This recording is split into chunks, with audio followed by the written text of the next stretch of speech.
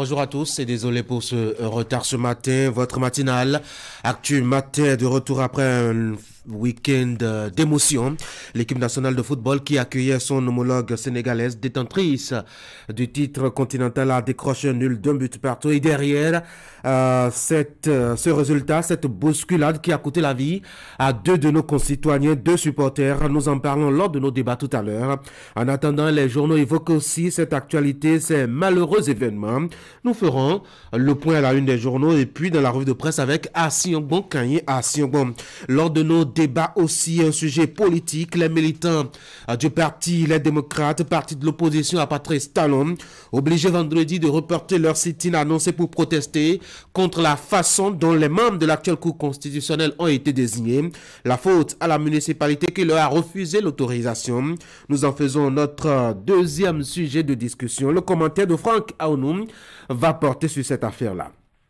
À la fin de cette émission, nous vous ferons le point de l'actualité tel que déroulé, relayé par Canal 3 Bénin ces 7 derniers jours au Bénin. C'est une chronique d'Idrissou Boukari à suivre comme chaque lundi matin.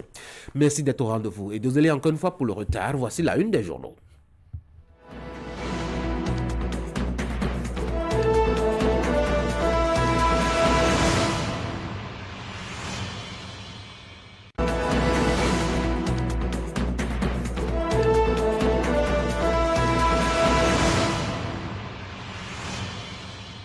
C'était 7h10, le premier rendez-vous sur Actu Matin.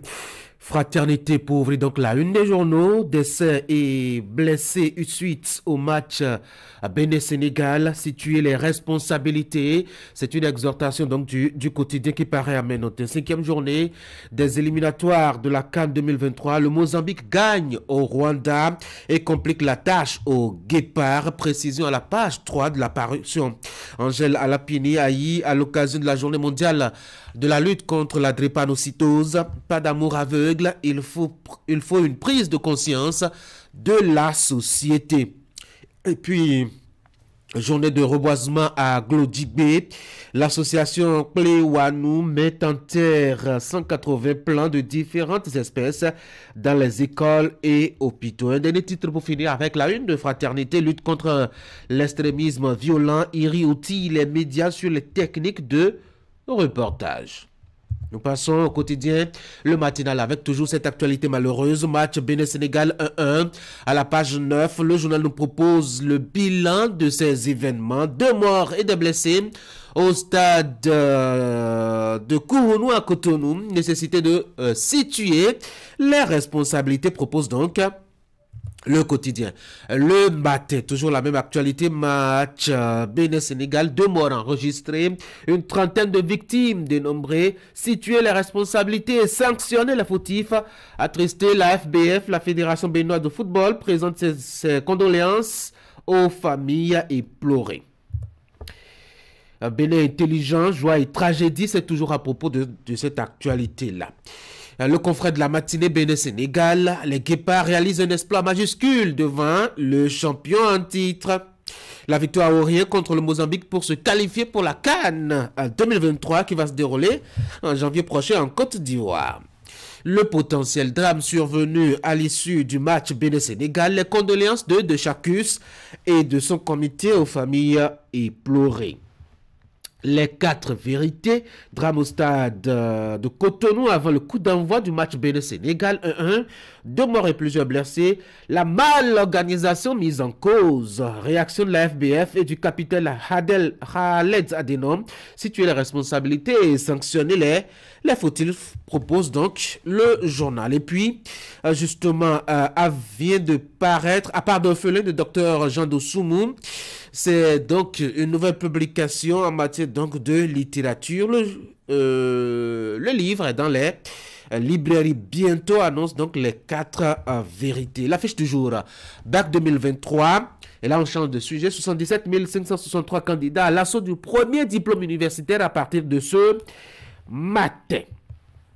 Le chasseur info, le bac officiellement lancé au CS Le Faucon ce jour, annonce donc le journal à propos des examens scolaires de 2023 qui précise par ailleurs qu'il y a donc 77 663 candidats qui planchent contre 77 416 en 2016, en 22. Allez, nous passons maintenant à l'autre quotidien, même chiffre, hein, baccalauréat session de 2023, 77 563 candidats planchent dès ce matin. Et puis, cette actualité, toujours éliminatoire de la CAN 2023, Bénin-Sénégal 1-1, les Guépards se donnent une seconde chance, une bousculade qui a endeuillé l'après-match. L'Indépendant, baccalauréat 2023 au Bénin, 77 563 candidats à la quête du bac dès ce lundi matin. Info Plus pour la même actualité aussi. Démarrage ce jour du baccalauréat session de 2023. Bonne chance aux 77 653 candidats à l'assaut du premier diplôme universitaire. Examen du baccalauréat 2023, Eleanor Yaïla Dekan rassure des bonnes dispositions prises dans les colonnes du journal l'événement du jour. Et puis, la pêche du Nord, économie et éco-des marchés, hausse des prix des céréales à Parakou, peine dans les ménages, mais le sourire revient chez les paysans. La Nouvelle Tribune, Bénin, Epiphane Kenom dénonce la configuration actuelle de la Cour constitutionnelle. Dynamisme Info, refus d'un sit-in sur l'esplanade de l'Assemblée nationale. Les démocrates interdits de siffler dans les oreilles de Louis Vlavonou, le président de l'Assemblée nationale. Détail à lire à la page 3 du quotidien Dynamisme Info dans sa production de ce lundi matin. Matin libre, surfacturation présumée dans un projet de santé de lutte contre le sida. Des interpellations à la présidence cette semaine. D'autres gros morceaux déjà déposés en prison. Détail à la page 2 de la publication.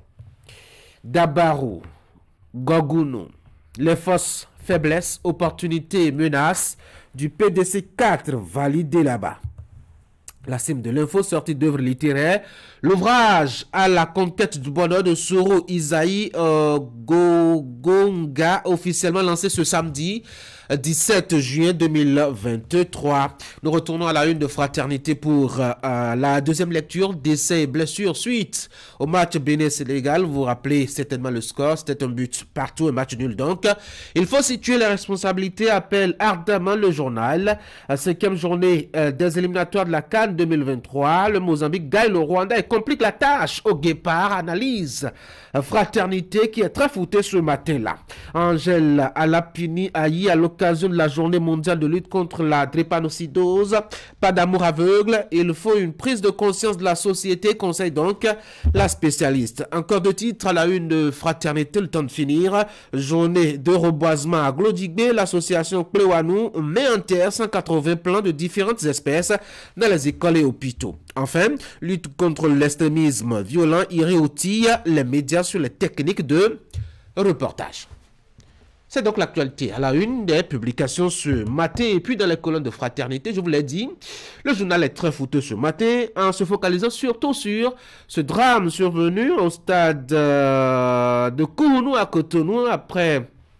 Donc le match Bénin-Sénégal soldé par un match nul d'un but partout. À la page 3 du quotidien, vous avez donc toute cette page-là consacrée à l'actualité footballistique au Bénin. D'abord, à ce drame-là survenu, le journal qui appelle à situer les responsabilités et puis qui fait une projection sur la suite des événements. Cinquième journée des éliminatoires de la CAN 2023. Il n'y a que le Mozambique est allé battre le Rwanda 2-0 à Kigali. Cela complique un peu la vie au Guépard. Analyse donc du journal à découvrir à la page 3 donc de sa production de ce matin. L'Esto se resserre donc autour des Guépards. Comment cela se fait et quelles sont les chances de l'équipe nationale de football du Bénin? Achetez Fraternité, lisez, mais suivez aussi Canal 3 Bénin, Actu Matin au Fura. Je dois dire l'analyse tout à l'heure. Nos débatteurs en diront deux mots. Vous pouvez lire aussi l'avis d'un expert, la révolution du football par la jeunesse, son avis et son appréciation donc sur la configuration donnée récemment à l'équipe nationale de football du Bénin, une signature de Béchir Mahamat, consultant en sport et précisément en football. Voilà, on va passer donc maintenant au bulletin d'information. Ça, c'était la une des journaux et quelques informations dans les colonnes de fraternité. Le bulletin d'information avec Florence Bossa, déjà installée. Florence, bonjour. Bonjour, Tanguy. Allez, on va parler donc de l'actualité telle que relayée par la rédaction de Canal 3 à Bénin. Déjà dans les titres de votre bulletin à suivre, Interface Tchad-Bénin, c'est une nouvelle association qui a été créée pour faciliter les échanges entre les peuples béninois et tchadiens. Plusieurs secteurs de développement seront explorés pour une coopération fructueuse pour les deux pays. C'était le vendredi dernier lors de leur assemblée générale constitutive. Et puis, le second titre à suivre dans le bulletin, nous parlerons également de la 33e édition de la journée de l'enfant africain au plan national. La célébration a eu lieu à Cavin, c'est dans le Zoom. Elle a réuni non seulement les enfants, mais aussi les autorités ainsi que les organismes et structures en charge de la protection et de la réalisation des droits de l'enfant autour du thème « Les droits de l'enfant dans l'environnement numérique ». C'était donc les titres du bulletin. Voici le développement.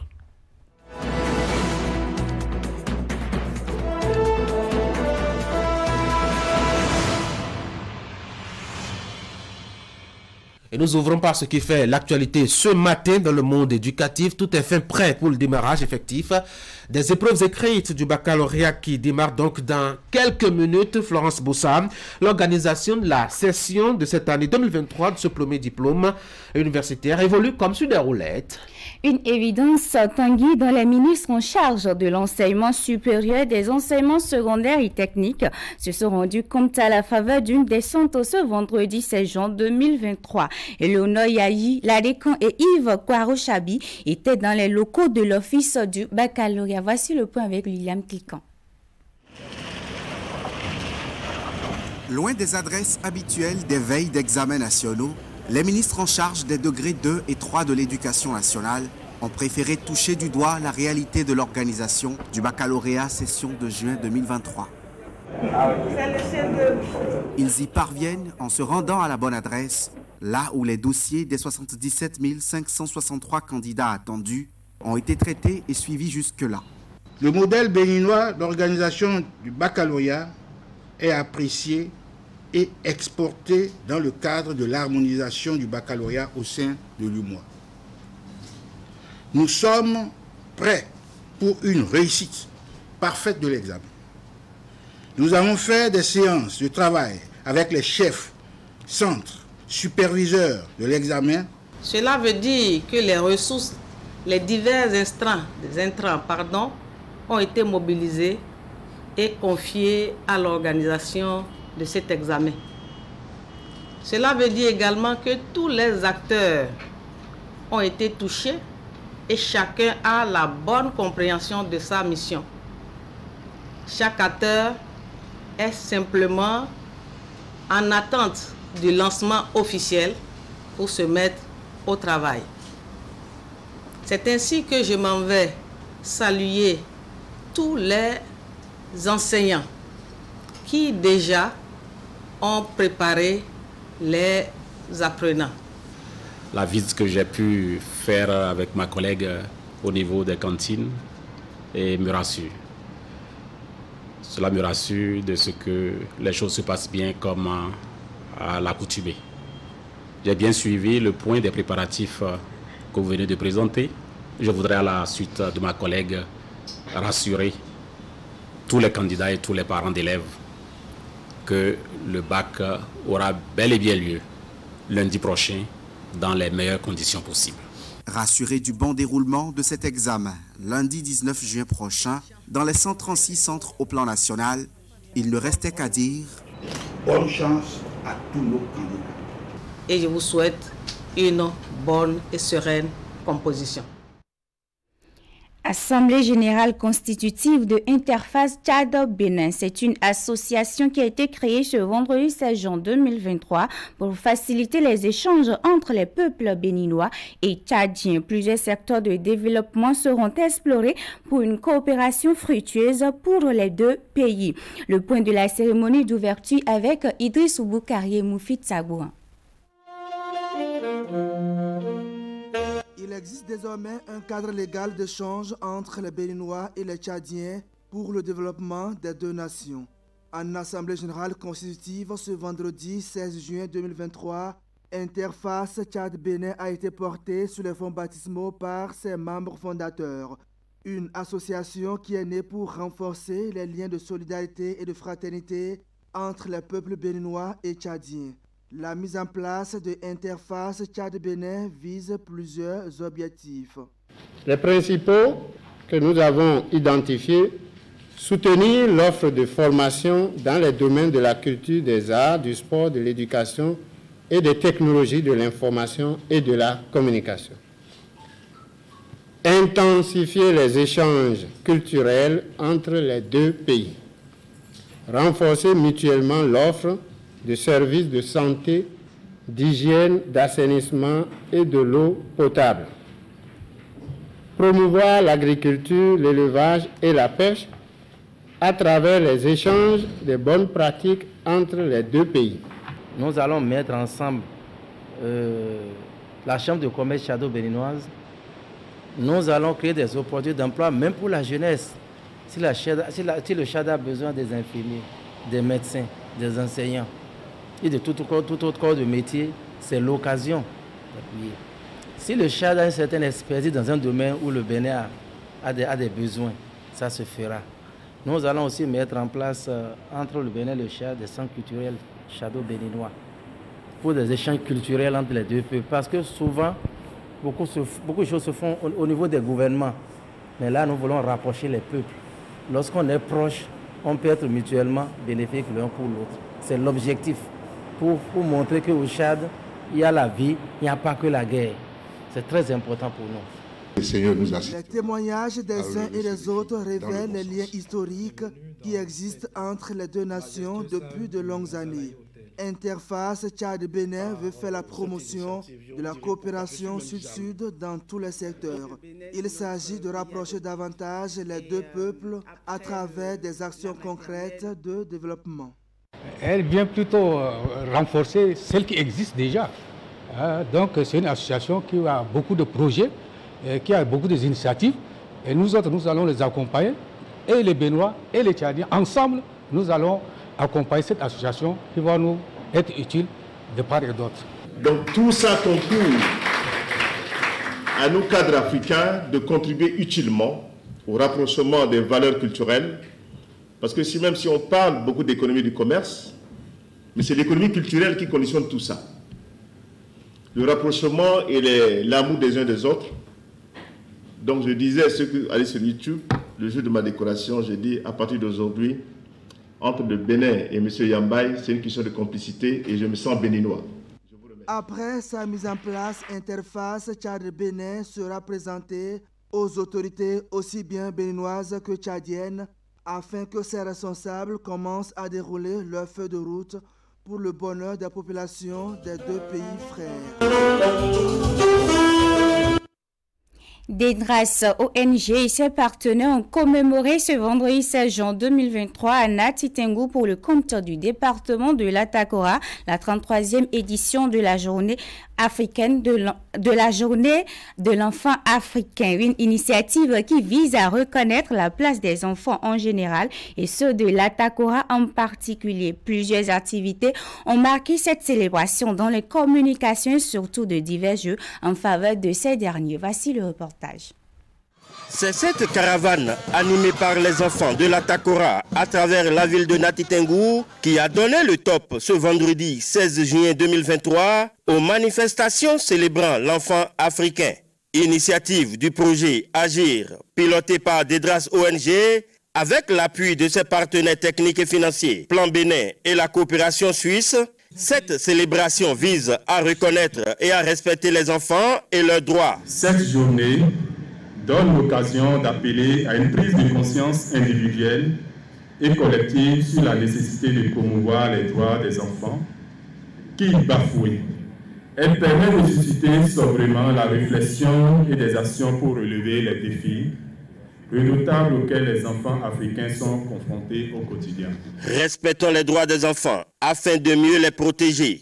Voilà le thème de cette édition qui a réuni autour de ces enfants parents d'élèves responsables à divers niveaux de l'éducation et politico-administratifs. Ce thème attire une attention particulière et donne un cachet spécial à cette 33e édition de la Journée de l'enfant célébrée sur le plan africain. Le respect des droits des enfants est plus que jamais une préoccupation du gouvernement béninois ainsi que le conseil communal de Nati Tengou. En célébrant cette journée, nous nous engageons donc dans la vulgarisation et le respect des droits des enfants. Les enfants sont des trésors et il faut les protéger. Voilà pourquoi les différents partenaires se disent prêts à les accompagner. Aujourd'hui, on parle de la protection de tous les enfants.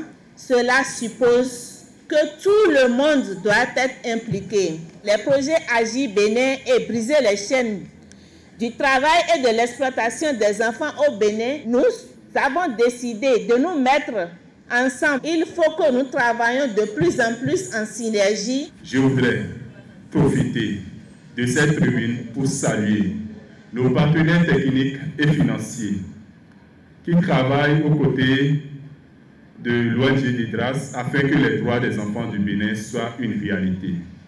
Je vais nommer Plan International Bénin, la coopération suisse, Action Éducation, World Endas et la Fondation AFAS qui nous appuient dans la mise en œuvre du projet Briser les chaînes de l'exploitation domestique des enfants. Occasion pour ces enfants eux-mêmes de faire un plaidoyer. Nous, enfants du département de la Takora, plaidons pour que les autorités du pays, quel que soit leur rang, agissent pleinement pour le respect des droits des enfants et qu'ils prennent des actions fortes pour que plus jamais les enfants du Bénin ne soient impactés par des pratiques néfastes affectant leurs droits. Diverses communications et des jeux en faveur des enfants ont agrémenté cette célébration. Les gagnants ont été primés par les organisateurs. Tanguy, c'est tout pour ce bulletin d'information.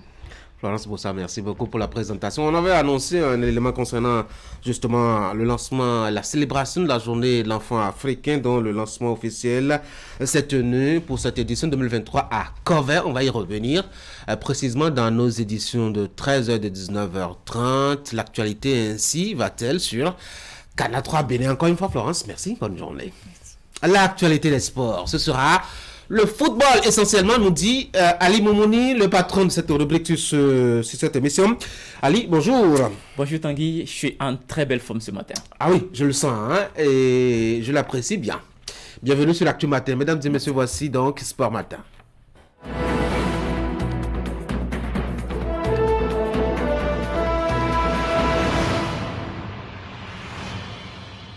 En forme, mais avec une bonne nouvelle et peut-être aussi une mauvaise nouvelle. Commençons déjà par la bonne. Ali, on va essentiellement parler donc des éliminatoires de la Coupe d'Afrique des Nations Côte d'Ivoire 2023 de janvier prochain pour la 5e journée. Les Guépards ont réussi à arracher un point du nul face aux champions en titre. Oui, c'était donc le samedi dernier au stade général Mathieu Kélokou, stade de l'amitié, général Mathieu Kélokou de Cotonou.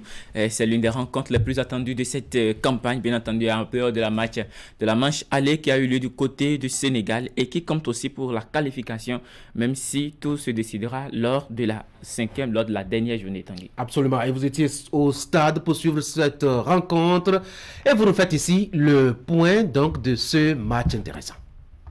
Oui, on savait que le match Mozambique serait décisif, quel que soit le résultat ce soir. Voici l'état d'esprit avec lequel le Bénin a affronté le Sénégal samedi, lors de la 5e journée des éliminatoires de la Coupe d'Afrique des Nations Côte d'Ivoire 2023. Sur les 2 ultimes matchs restants, une première barrière vient d'être franchie et ce n'est pas sans impact. Mais ce point nous permet vraiment, sur le plan moral, de prendre confiance, d'encourager nos jeunes joueurs. On a eu face à nous le champion d'Afrique. Kouhounou était à son comble, avec un public venu pousser les Guépards et par la même occasion, voir la vedette sénégalaise Sadio Mané à l'œuvre. À l'entame du match, la supériorité de l'adversaire était bien flagrante.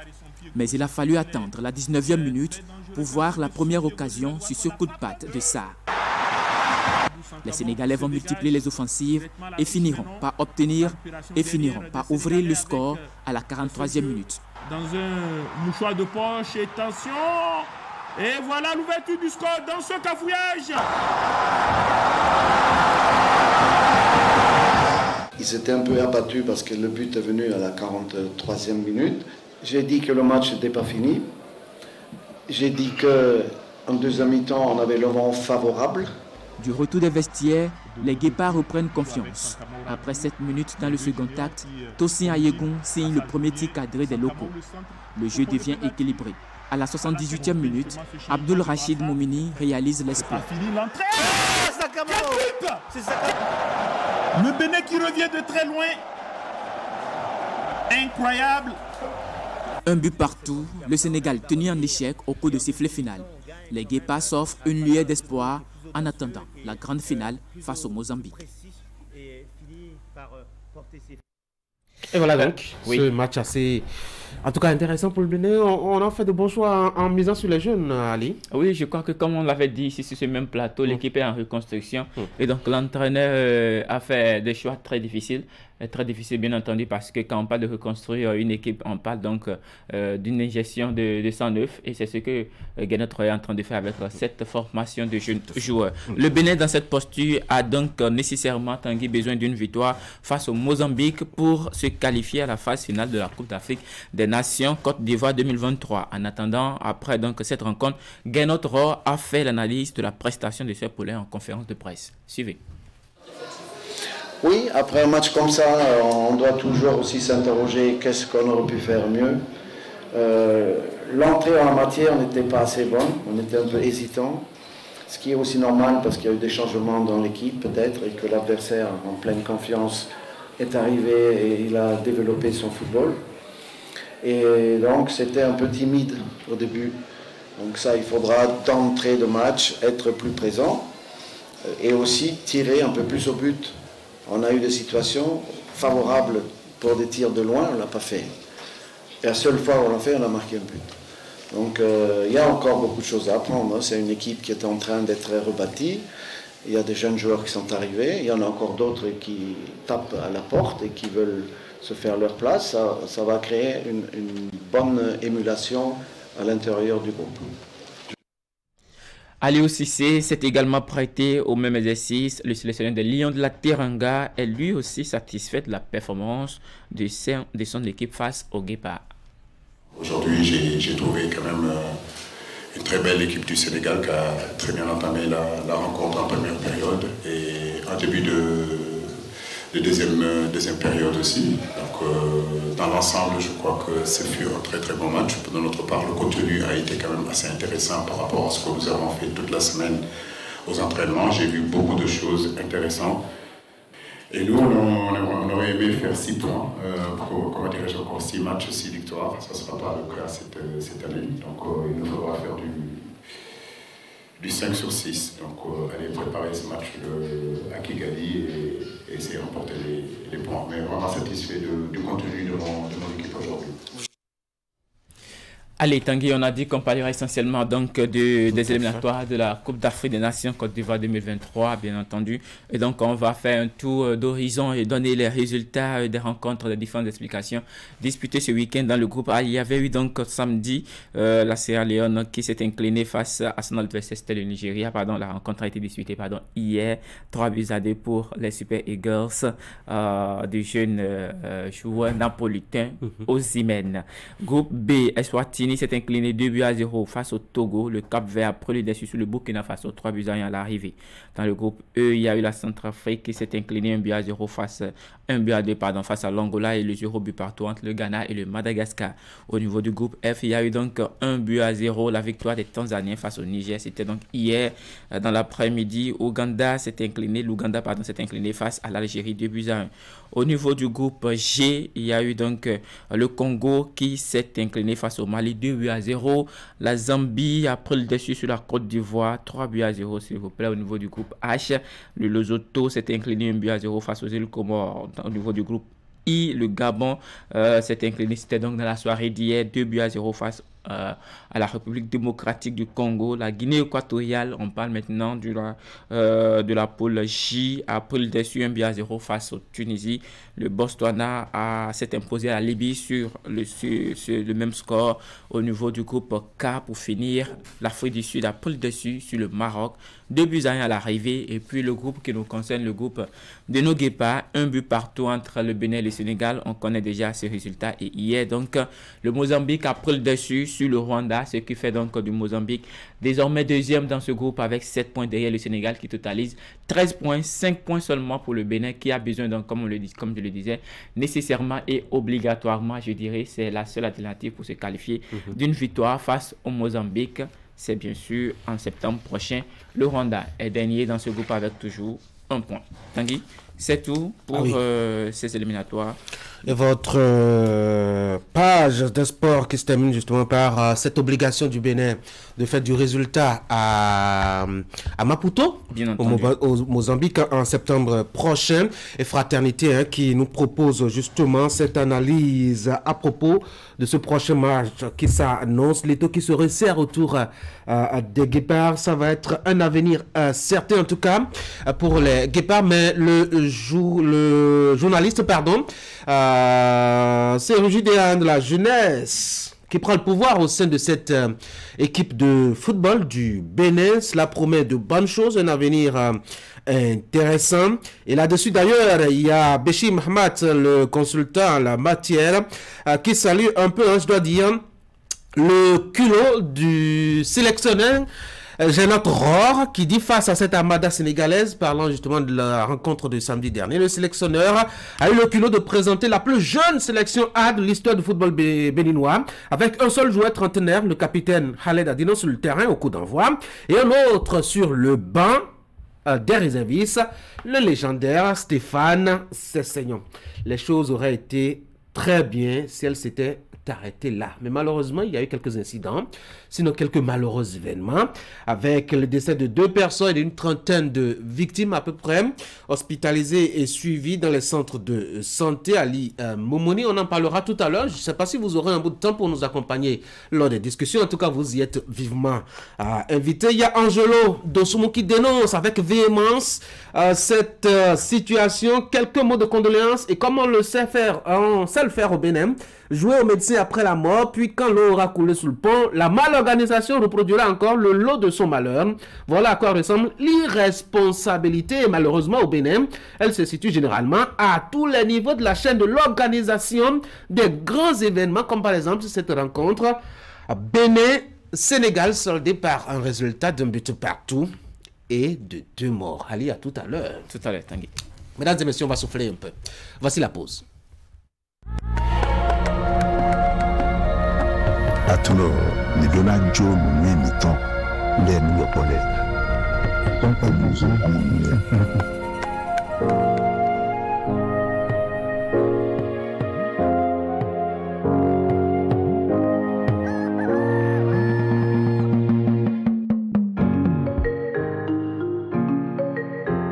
Kosi atilo ma pe mu gangan.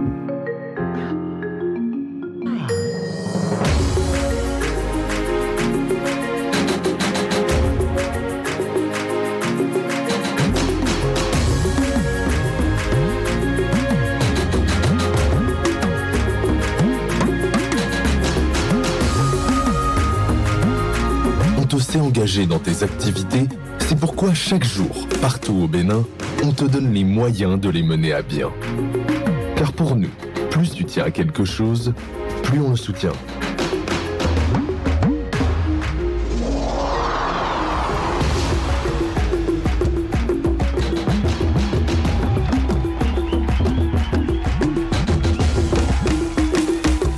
Près de toi, près pour toi.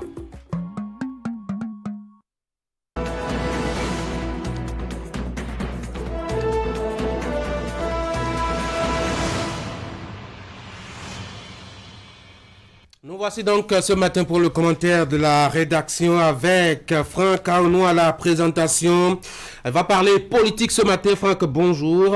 Bonjour. Est-ce que les démocrates sont en action? En ce cas, c'est une question. En titre de votre commentaire ce matin, une fois de plus, les démocrates sont au devant de la scène avec le refus de proposer des représentants pour siéger dans les parlements régionaux. Franck, qu'est-ce qui se passe? Tanguy, il n'y a pas que cette actualité qui braque les projecteurs en ce moment sur les démocrates. Il y a aussi le sit-in prévu en fin de semaine écoulée par le parti même, une action qui visait deux objectifs fondamentaux selon les organisateurs. Le premier motif porte sur la désignation des membres de la Cour constitutionnelle qui ne seraient pas de leur goût. Le deuxième motif de la mobilisation avortée est relatif à la désignation des membres au niveau des parlements de l'Assemblée au niveau des parlements régionaux. En effet, les députés démocrates rejettent la clé de répartition adoptée dans cette désignation et y trouvent des germes de bafouement des règles de minorité-majorité. Ils entendent saisir la haute juridiction afin qu'elle dise le droit à ce sujet et départage les députés sur cette question qui envenime un peu la collaboration entre mouvance et opposition au niveau de notre hémicycle.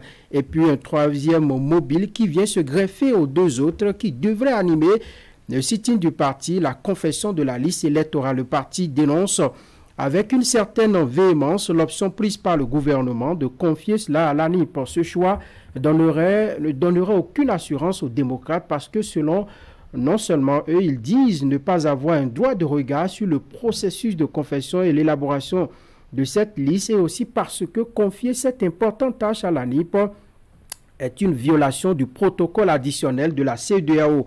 Selon les démocrates qui évoquent certaines dispositions de ce protocole, une liste électorale ne peut être confessionnée sans toutes les parties prenantes. La nationalité du patron de l'ANIP, les irrégularités enregistrées lors des élections dernières, du fait de certaines imperfections portées par la liste électorale et le manque de temps pour l'auditer avant les consultations électorales sont autant de choses qui semblent nourrir les doutes au niveau donc des démocrates du parti. Les démocrates, ils estiment qu'il faut revoir la copie et c'est pourquoi ils disent s'y prendre très tôt en tirant la sonnette d'alarme. Mais Tanguy, et malheureusement, la sonnette n'a pu retentir puisque le mouvement a été très vite tué dans l'œuf. Les autorités craignent un débordement qu'elles ne pourraient contenir. Donc le sit-in n'a pas eu lieu. Le sit-in n'a pas eu lieu. Les députés qui se battent, les députés démocrates qui se battent pour qu'on leur reconnaisse leur statut de minorité à l'Assemblée nationale. Est-ce qu'il y a de l'espoir, Franck, qu'ils obtiennent en tout cas quelque chose dans ce combat-là? Sur la question de minorité-majorité apparue récemment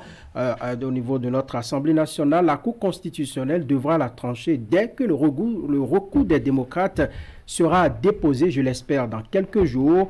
Et pour l'avenir, donc à ce niveau, on peut attendre encore. Mais je sens que les démocrates risquent d'être confrontés à ce genre de difficultés tout au long de la législature. La mouvance parlementaire cherchera à les coincer partout. Ils ne vont pas souffler un seul instant. D'ailleurs, la lutte avec laquelle ils ont abordé ce mandat, la législature, apparaît comme une petite guerre lancée à leurs amis d'enfance d'en face, qui saisiront toutes les occasions pour montrer qu'ils sont faibles et qu'ils ne peuvent rien du tout sur les sujets qui devraient alimenter leur show médiatique interdit, c'est-à-dire le sit-in non permis. Je pense que pour la liste électorale, le débat peut se faire. Le gouvernement et même toute la machine présidentielle s'assurera de fournir la preuve nécessaire que le choix de l'ANIP est le meilleur choix qui existe au monde et on ne peut leur dénier ce droit. Chacun tire le drap de son côté, chacun est dans son rôle. Il y a par le passé des expériences douloureuses dont se souvient encore le peuple où pour des questions d'intérêt, les politiques chargés de toiletter ou de confectionner la liste électorale bloquaient le processus. Ça retardait inutilement les choses. Personne du côté du système ne permettra aux démocrates ou encore aux opposants, si vous le voulez, personne ne leur permettra ne leur fera ce plaisir de jeter de l'opprobre sur ce qui se fait. C'est aussi le jeu politique. En ce qui concerne leur absence à la Cour, je pense que les carottes, à mon avis, sont cuites puisque les nouveaux membres ont déjà prêté serment et renvoyé à leur mission. Comment ça va se passer afin que les démocrates se taillent une place là-bas? Je ne sais vraiment pas. J'attends juste de voir. Maintenant, quant à votre inquiétude, celle de voir si ces derniers ne se fourvoient pas, je pense qu'il Ils font ce qu'ils peuvent pour équilibrer le débat et pour jouer le contrepoids dans la République, mais ils n'ont pas assez de moyens. Du coup, ils sont limités, ils se battent comme un diable dans un bénitier et on verra bien ce que ça va donner plus tard. Toutefois, il semble, à mon avis, absent sur certains sujets comme la cherté du paillon, l'insécurité grandissante dans le Nord. On veut plus d'action à ce niveau, les examens de fin d'année, pourquoi pas des questions qui préoccupent en ce moment les populations. Voilà. Franck Aounou, merci beaucoup. Mesdames et messieurs, on va passer donc à notre instant de discussion avec Franck Aounou. C'était donc le commentaire de ce matin qui porte sur l'actualité du parti Les Démocrates, le parti de l'opposition, en tout cas au niveau donc du Parlement, avec beaucoup d'actions engagées, sans grand résultat. On fera l'analyse avec les débatteurs. On parlera aussi de cette dernière décision de la Cour africaine de justice qui concerne le Bénin qui avait refusé de servir, en tout cas, d'offrir des services administratifs à ces personnes qui sont poursuivies par la justice. La Cour africaine de justice a condamné l'acte et a demandé le retrait ou l'annulation donc de l'arrêté. On pourrait parler football aussi, hein. Ali Moumouni va nous rejoindre si le temps nous permet, pour revoir et analyser à nouveau cette actualité liée aux éliminatoires de la CAN 2023 annoncées pour se dérouler en Côte d'Ivoire, à Abidjan. Absolument. Merci beaucoup pour le coup de main, Eric. Bonjour. De rien. Et merci de vous annoncer ainsi. William, bonjour. Bonjour Tanguy, bonjour à tous. Alors, notre invité qui va nous accompagner ce matin, Konaïd Akwadenoudje, c'est bien ça là, hein? Bonjour Tanguy. Bonjour, merci d'être là. On va commencer déjà par le sujet porté par le commentaire du jour. On en est encore à des interdictions, hein, au Bénin pour ce qui concerne les manifestations publiques, William. Et la dernière victime, c'est le parti Les Démocrates. Je trouve tout simplement que c'est malheureux. Ne me dites pas d'être allé un peu trop vite en besogne, parce que je crois que c'est une des questions que nous avons cru avoir rangées au passé, notamment avec les décisions rendues par la Cour constitutionnelle en la matière. Vous savez, Charles Torkor, maire de la ville de Parakou, à la veille des législatives de 2019, a pris une décision pareille pour interdire les manifestations à Parakou, mais le juge constitutionnel lui a dit que cela viole la Constitution. En 2020, pour cause de pandémie de Covid-19, Lucas Trokpo a fait de même à Cotonou, mais le juge constitutionnel a toutes les fois dit que, attention, nous sommes dans une république dans laquelle les droits sont garantis, et notamment le droit de manifester publiquement. Je pense que c'est une des libertés les plus basiques dans une démocratie. Et je pense que, ma foi, hein, depuis que les choses sont telles qu'elles sont actuellement, et notamment avec certaines dispositions contenues dans l'ordonnancement juridique de notre pays, je veux penser au code pénal, dans cette disposition des articles 237 et 238. Attention, j'ai comme impression que plus personne n'a le droit de manifester, parce que toutes les fois, on a un seul argument, c'est que pour des menaces sécuritaires, pour des questions sécuritaires, il ne faut pas que les individus puissent manifester dans un lieu public. Comme si un sit-in pouvait en tout cas mettre en péril le Bénin. Cela pourrait être possible, et je pense que seul le maire peut juger de cela. Soit nous sommes en face d'une situation de mauvaise foi, tétée d'un coup politique, puisque nous sommes en politique, ou effectivement, les raisons évoquées par l'autorité communale sont bien fondées. Encore que c'est lui seul qui en tire les conséquences, et puis sur la base de cela, tire des conclusions. Alors la raison évoquée justement, c'est que c'est pour des raisons sécuritaires. Je veux bien croire que cela est véritablement bien fondé, au point d'assurer la sécurité des personnes et des biens de la ville de Porto-Novo. Bon, si ce n'est que cela, on peut déjà dire merci au maire de penser à notre pour ce souci, n'est-ce pas, qu'il a, n'est-ce pas, de pouvoir surseoir au sit-in du Parti des démocrates au bénéfice de la sécurité des populations. C'est important, pas ces temps de ce que vous savez au Nord. Alors, moi je pense que c'est déjà bien pour le Parti des démocrates d'avoir essayé. C'est déjà bien, d'avoir précieux la décision d'organiser un mouvement pour se faire entendre.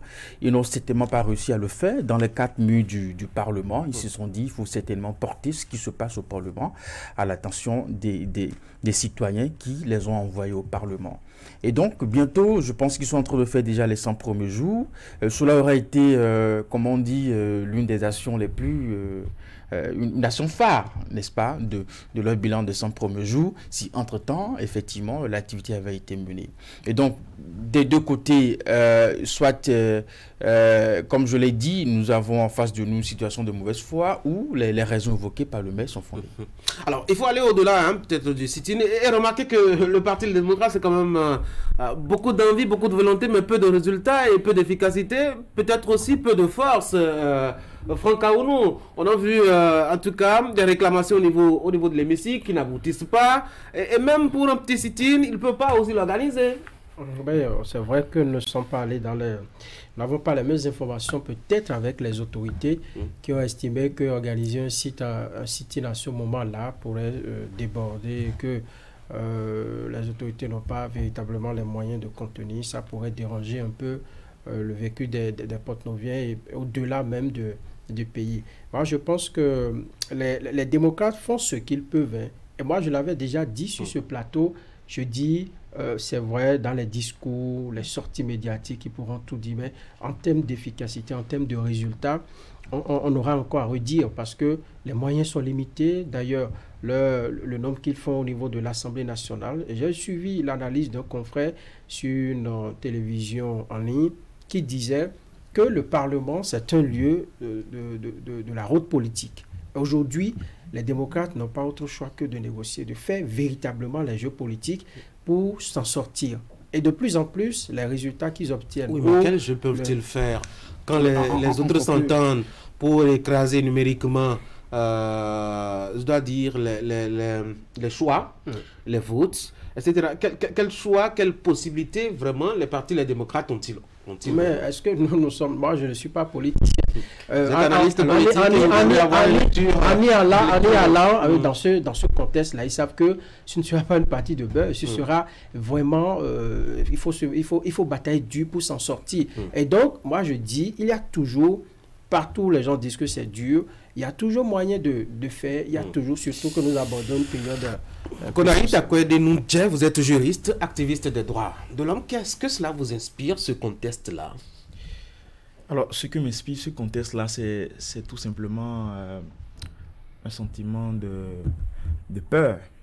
Un sentiment de peur lorsqu'on sait que sur ces questions-là de liberté, la haute juridiction, la Cour constitutionnelle a déjà rendu plusieurs décisions qui sont constantes dans le temps et qui montrent combien de fois la République du Bénin est attachée aux libertés. Et dans un contexte où on constate que malheureusement, le maire de Porto Novo décide d'empêcher un sit-in. Cela me permet simplement de rappeler, comme l'a dit mon cher ami, que les deux derniers cas d'école que nous avons eu, que ce soit avec Charles Tokor ou bien avec Lucas Tropo à Cotonou, le raisonnement de la Cour a été très clair. Et on le connaît, c'est que la Constitution du Bénin a consacré le droit à la manifestation, la liberté de manifestation. Oui, mais on ne va pas crier, je dois dire, au scandale. Un maire a pris une décision, quitte à ce que ça n'arrange pas de saisir l'institution pour l'arbitrage. Non, mais vous savez, au-delà même, le maire n'est pas supérieur à la loi, le maire n'est pas supérieur à la Constitution, le maire n'est pas au-dessus du droit international des droits de l'homme qui régule et qui organise la manière dont le citoyen doit pouvoir jouir du droit à la liberté de manifestation. Et c'est cela qui est important de rappeler, le droit international de la liberté d'expression. Que dit ce droit international? Le droit international de la liberté de manifestation prévoit que ce droit est une liberté fondamentale garantie au niveau des constitutions, au niveau de la Déclaration universelle des droits de l'homme, dans les pactes jumeaux et suivi de près par le comité des droits de l'homme. Ce droit-là doit permettre aux citoyens, dès qu'ils décident de manifester, de faire entendre sa voix, de pouvoir le faire. Mais ce qui est généralement admis, c'est que dans les États, on dit que la jouissance de cette liberté doit être subordonnée à une déclaration. Et de plus en plus, la déclaration de manifestation est utilisé comme un moyen de restriction. Oui, mais quand ça vient en retard, l'autorité n'a pas, je dois dire, le temps de prendre les dispositions utiles et pertinentes pour pouvoir l'autorité a tous les moyens pour prendre les dispositions. Vous ne la saisissez pas le matin pour organiser une manifestation. Non. Écoutez, quand vous prenez, on dit 48 heures. C'est 48 heures qui a été prévu. Donc, quand vous dites que dans 48 heures, vous devez faire une manifestation et que l'autorité est informée, c'est pas le jour de la manifestation que l'autorité doit vous informer que vous ne pourrez pas tenir votre manifestation. Oui, mieux encore. Avant même de décider. Vous me permettre de changer on voit un peu très inspiré.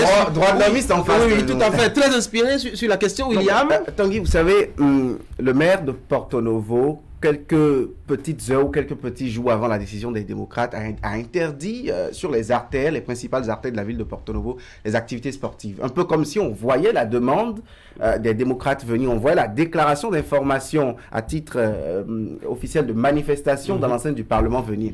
Vous savez, les gens qui troublent la tranquillité des Béninois sont quelque part dans le septentrion, en train de nous... Le septentrion n'est pas à 1000 km de Cotonou. Ce n'est pas à 1000 km de Cotonou. Je ne dis pas que c'est parce que c'est dans le septentrion que ça ne va pas venir au sud. Mais pour dire qu'actuellement, là où on souffre le plus, là où on écume des Béninois, pour des questions, sans raison d'ailleurs, c'est non seulement un tout petit peu loin de Cotonou et Porto Novo, mais c'est là que doivent se concentrer nos attentions actuellement.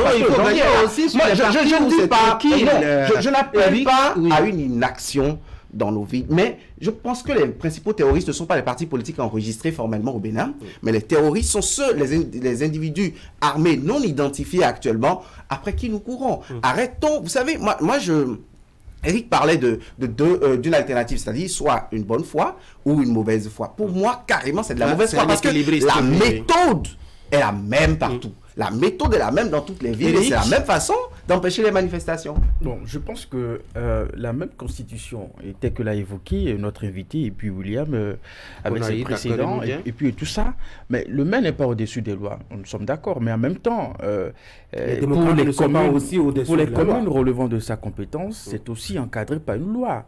Le maire ne prend pas cette décision du fond de son sommeil, n'est-ce pas? Il a certainement motivé par une raison, sur la base de tests qu'il offre la possibilité de prendre de pareilles décisions, notamment sur son territoire. Et c'est ce qu'il a fait, le maire de Porto Novo. Alors, après, comment je mets tout ça de côté? En quoi est-ce que cela arrange l'image que nous avions vue jusqu'après les élections? Quand le chef de l'État a voté, il disait « Nous tournons dos à un passé tumultueux et nous rentrons dans une nouvelle ère », ce que nous avons beaucoup apprécié. Alors, par cet acte, quel est le message que le maire veut bien passer? Est-ce que c'est ce qu'il faut penser de ce que nous avons encore des problèmes de liberté, nous avons encore du mal à laisser une certaine place à une opposition de s'exprimer? Si c'est bien, c'est parce que en se comportant de cette manière, on a vraiment du mal à voir la pertinence de sa décision, même si on a évoqué les questions de sécurité.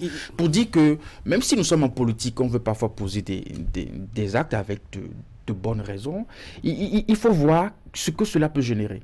Aujourd'hui, il est bien difficile, même avec les raisons évoquées par l'autorité communale, de croire véritablement. On aurait pu peut-être dire, ok, oui, nous vous offrons la possibilité de le faire, mais dans telles conditions, dans telle distance, revoir la distance, réduire peut-être même l'effectif. Là, bon, ok, malgré les questions de sécurité, malgré les questions de sécurité, on a quand même une volonté, n'est-ce pas, de voir une opposition dans cette émission. Comme vous le proposez, les mairies et les maires vont organiser les sit-ins à notre place et en nos lieux aussi. C'est eux qui doivent définir désormais l'itinéraire, le nombre de personnes qui doivent y participer, la distance qu'on doit parcourir. Oui, il faut bien laisser le maire organiser le sit-in à nos places. Pour finir rapidement, même dans ce que vous donnez comme exemple, c'est encore possible parce que quand nous prenons un maire sur un territoire, il dispose des informations qu'un mouvement, que ce soit politique, notre organisation ne dispose pas. Et est en mesure de vous dire par rapport à votre activité, à cet endroit précis, quels sont les risques et quelles sont les précautions à prendre. On ne peut pas ôter ça à un maire. Oui, justement. Est-ce que ça ne fait pas du maire là un organisateur en chef de tout le monde? l'organisation. En réalité, ce qui est interdit, c'est l'interdiction de la manifestation.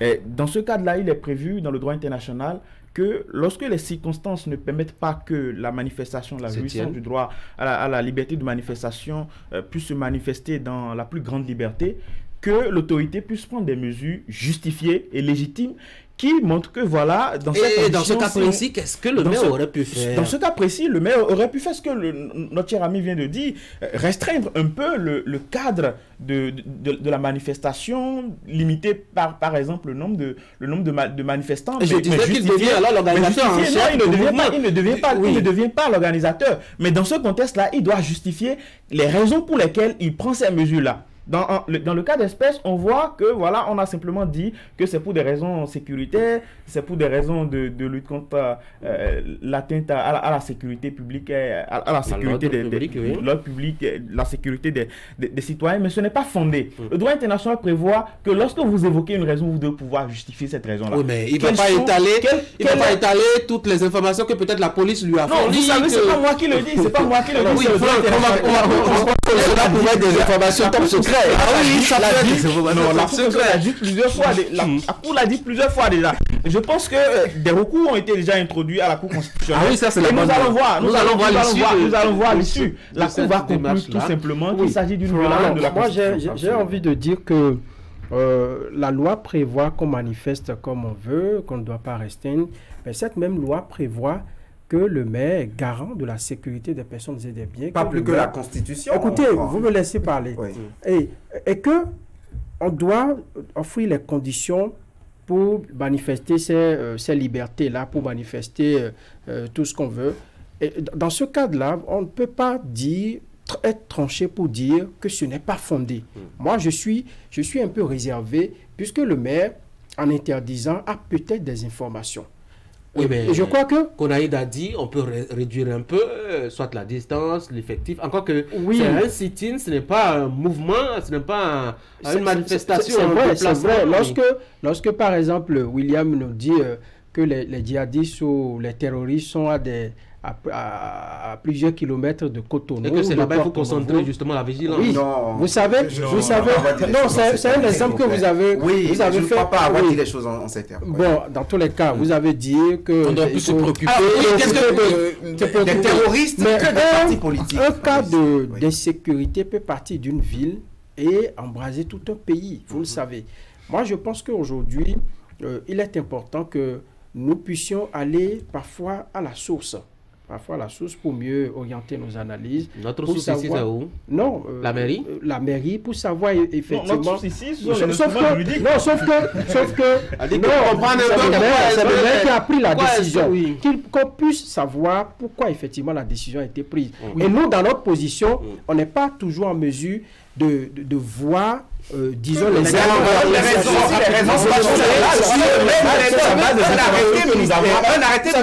Personne ne vous entend là. C'est parler à la fois, personne ne vous entend à la maison. D'accord. Oui, c'est tout ce qu'il y a de meilleur dans un système démocratique. Est-ce que le maire a un droit de prendre telle décision? Oui, puisqu'il est maire de sa commune. Est-ce que la loi permet aux gens de manifester? Oui aussi. Et c'est là que quand vous me parlez d'un recours à la Cour, c'est encore bien parce que dans un mécanisme démocratique, c'est ce qui est prévu. Donc on peut faire ce qu'ils veulent et toutes les fois nous irons faire des recours alors qu'il y a déjà la jurisprudence le maire rend à nos autorités. Le maire était un acteur. Le maire était un acteur à poser un acte qui est peut-être en contradiction avec ce que oui, mais est-ce que ce n'est pas mais il faut est-ce que ce n'est pas une mauvaise foi d'avoir vu Charles Tokor se voir taper sur le doigt que de voir justement le maître Cotonou se taper sur les doigts sur la même question et revenir présenter le même cas. Justement, nous sommes en train d'exposer les faits. La Cour tira une conclusion. Donc la Cour est là pour revenir tout le temps. William, on va laisser William de trancher les questions de violation des droits fondamentaux et des libertés fondamentales dans un État. Mais lorsque la Cour rend de façon constante, comme l'a dit Konaïda Kouadenoudje, une décision dans un sens donné pour les mêmes faits, apprenons à nos autorités où nous ne leur faisons pas la morale. Mais nous voudrions bien que, lorsqu'il y a des acquis dans un pays en démocratie, nous n'effritions pas ces acquis, mais nous consolidions davantage le processus démocratique dans lequel nous sommes, qui est une marche. On a envie de construire un État un peu plus sérieux. Quand c'est les décisions de justice qu'on rend à l'encontre d'une personne ou d'une autre, d'un tiers, on voit combien on dit que nous sommes un état de droit, on est rigide là-dessus. Apprenons aussi lorsque dans un état de droit, une juridiction compétente la plus haute en la matière, dans un état rend de façon constante une décision sur un fait, il faut que les autorités administratives et politiques puissent se plier et de récidiver toutes les fois. On va clôturer les gars. Je n'ai vraiment plus le temps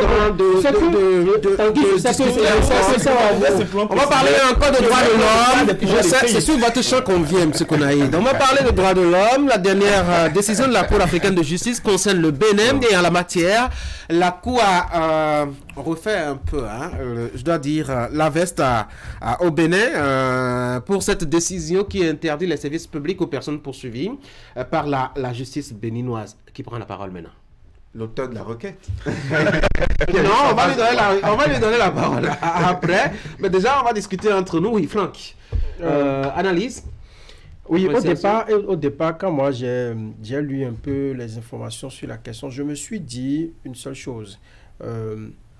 Lorsque quelqu'un est dans une procédure judiciaire où on veut connaître de sa culpabilité ou non, je me dis on veut voir l'issue peut-être de la procédure avant d'offrir ces services-là. Mais au-delà, lorsque... Mais quand le besoin il est urgent, oui, c'est ce que je voudrais dire. La justice a son rythme. Bien sûr. Pourquoi est-ce qu'il doit perdre du temps? Oui, c'est ce que je voudrais dire. Et cela m'amène à dire que nous devons... ça permet de réfléchir sur tout le système. Parce que vous avez un dossier aujourd'hui à la justice, de report en report, vous y allez, c'est un grand monde. Moi, j'ai parfois même pitié de ces agents de la justice, les magistrats qui sont encombrés par des dossiers. Et donc, cette lenteur-là fait que lorsque on est dans l'urgence, qu'on doit poser un acte, parfois même à la fin, on prononce un non-lieu. C'est en cela que la décision de cette cour régionale-là, moi je pense qu'elle est intéressante, oui. Parce que à la fin, parfois les gens, on ne leur reproche rien, ils sont blancs comme neige, mais on leur perd assez de temps. Oui, Eric. Vous savez, il y a une forme d'impasse entre l'État béninois et puis cette cour. Je ne sais même pas si la question... Pas seulement Bénin, la Côte d'Ivoire aussi s'est énervée entre-temps. Le Rwanda, j'ai l'impression que les États, ils sont vraiment fatigués de cette cour-là. C'est la cour qui énerve. William, on va permettre à Eric de se remettre de ses émotions. Oui, William. Vous savez... Non, rapidement. J'entends par là qu'il y a vraiment matière à s'interroger sur le fonctionnement de cette cour et ses rapports avec les États membres. Je pense qu'il y a autant à dire sur ce fonctionnement. Est-ce que ce n'est pas de la mauvaise foi de la part des États que de souscrire à une institution sous-régionale comme ça et de venir s'énerver par rapport à ces décisions? Un État n'est pas forcément sain dans ses façons de faire, dans ses façons de voir les choses, dans ses façons de traiter X ou Y. Et c'est bien qu'au niveau régional, qu'il y ait une cour qui siffle également à la fin de la récréation. Mais quand on s'est rendu compte également qu'au niveau de la cour, des personnes aussi puissantes ont aussi la possibilité de toucher parfois l'honorabilité de cette cour. Et cette cour s'est rendue plusieurs fois complice de cette décision en désaccord avec les États. Il faut aussi comprendre que la cour n'est pas non plus là pour orienter les décisions de justice au niveau des États. Chaque État a sa façon, a son mécanisme de justice de pouvoir régler les problèmes.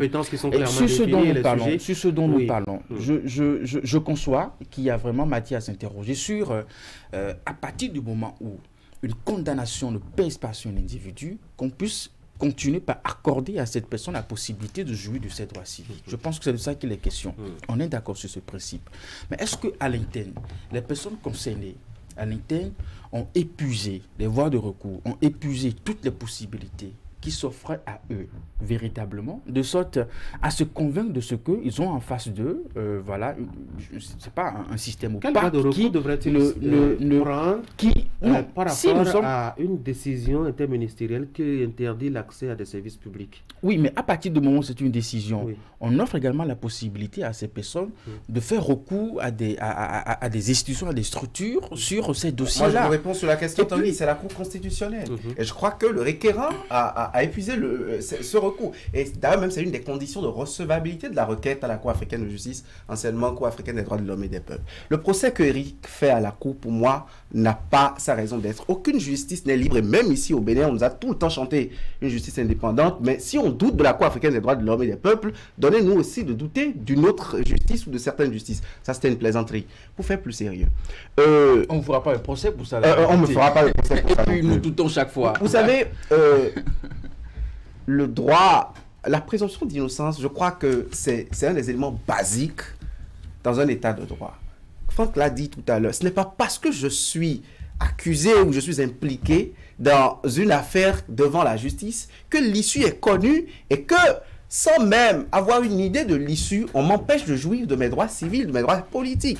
Et vous savez, quand on fait le procès à la Cour africaine des droits de l'homme, d'ailleurs, la compétence des individus à saisir directement cette Cour est retirée aux individus béninois depuis 2020. Dieu merci que la requête était partie en 2019, un peu avant le retrait de la décision. Quand on ne veut pas, quand on n'est pas d'accord avec les clauses d'un traité international, on n'est pas parti au traité. Si on ne veut pas que la Cour africaine des droits de l'homme nous recadre lorsque, au niveau interne, nos juridictions n'ont pas pu constater que celui qui, en matière de justice, on lui reproche quelque chose, mais que le procès n'a pas encore eu lieu et que deux ministres s'entendent, écrivent un arrêté ministériel et disent celui-là ne doit plus jouir de ses actes administratifs. Attention, je crois que juste à l'entendement, ce n'est pas clair. Juste à l'entendement, c'est comme si...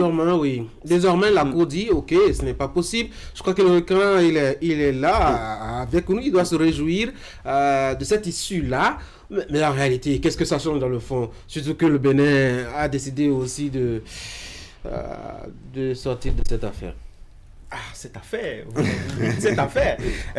je voudrais intervenir rapidement sur les propos de mon cher ami d'Eric en face. Il posait la question de savoir si les recours internes ont été épuisés. On ne va pas faire ce débat-là ici. On va pas faire ce débat-là. Oui, c'est la première conversation que les gens... Sur cette question-là, et c'est d'ailleurs le raisonnement que l'État béninois a tenu devant la Cour africaine des droits de l'homme et des peuples. Ce n'est pas la Cour de justice. Le protocole de Malabo n'est pas encore entré en vigueur. Donc nous sommes toujours dans la Cour africaine des droits de l'homme et des peuples. L'État béninois a estimé que je n'avais pas épuisé les voies de recours parce que en la matière, le recours pour essayer de pouvoir devant le tribunal administratif, c'est la voie la plus proche pour accéder à ce recours-là. Mais en saisissant la Cour constitutionnelle, dont les décisions s'imposent aux autorités et également aux autorités juridictionnelles, tout simplement, la question est vidée.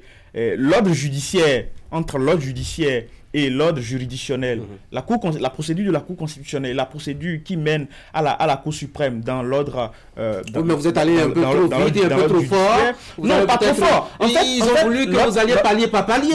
Non, en fait, notre système juridique au Bénin permet aux citoyens de choisir entre le système de la Cour constitutionnelle et le système de l'ordre judiciaire. Moi, j'ai fait le choix de saisir la Cour constitutionnelle, qui pour moi est le garant de la Constitution, qui est le juge naturel de protection des droits fondamentaux.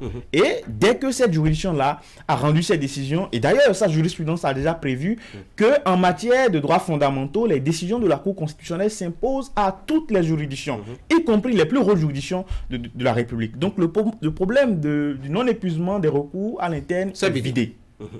Dès lors, oui, à quoi ça nous sert cette décision maintenant? À quoi ça nous sert? Ça nous sert de principe, ça nous sert de témoin. Et pour ça, moi, je me réjouis et j'espère que le Bénin va saisir cette opportunité pour se remettre dans les rangs de la Cour africaine des droits de l'homme et des peuples, pour se remettre dans le rang du respect des engagements internationaux. Parce que nous avons pris des engagements. Et vous savez, le fait d'avoir retiré la déclaration attributive de compétences qui permet aux citoyens de saisir directement la Cour ne permet pas au Bénin de ne pas respecter les décisions rendues par la Cour, notamment dans les affaires qui ont été introduites avant le retrait et 1 an après le retrait de cette déclaration attractive-là. Mais la réputation du Bénin sur cette question-là est connue désormais. Le Bénin a pour habitude désormais de ne pas respecter, d'oser de ne pas respecter les décisions de la Cour africaine, et évoquant des questions souverainistes. Des questions souverainistes. Et nous avons suivi le ministre Kenom. Nous avons suivi le ministre Kenom qui a dit que la Cour africaine des droits de l'homme et des peuples n'a pas compétence à intervenir sur les questions de droits socio-économiques et culturels, comme si les droits socio-économiques et culturels ne sont pas des droits de l'homme. C'est grave ces raisonnements-là. Et je pense que de plus en plus, nous devons raisonner nos gouvernants.